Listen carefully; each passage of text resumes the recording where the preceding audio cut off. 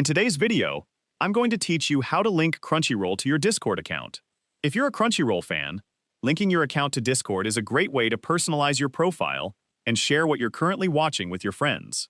Once your accounts are connected, Discord can display your Crunchyroll activity, making it easier for others to see the anime or shows you're enjoying.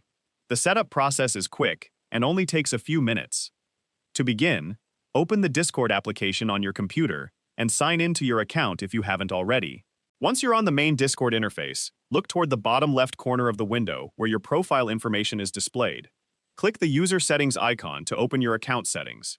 Inside the User Settings menu, you'll find a variety of options for managing your account, privacy, devices, and connected services. Scroll through the menu on the left until you find the Connections section, which is located below Devices. Click on Connections to continue. On the Connections page, you'll see the option to add accounts to your Discord profile. Discord supports a variety of third-party services that can be linked to your account. From the list of available services, select Crunchyroll to begin the connection process.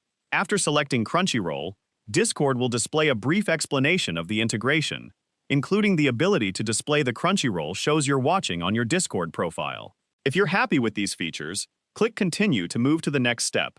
You may be asked to confirm your choice once more, so click Continue again when prompted. A separate sign-in window will then appear. In this window, sign in to your Crunchyroll account using your normal account credentials. Once you've successfully signed in, follow the on-screen prompts to authorize the connection between Crunchyroll and Discord. After the authorization is complete, you'll automatically be redirected back to Discord. At this point, the two accounts will be successfully linked, and you'll be able to enjoy the available integration features.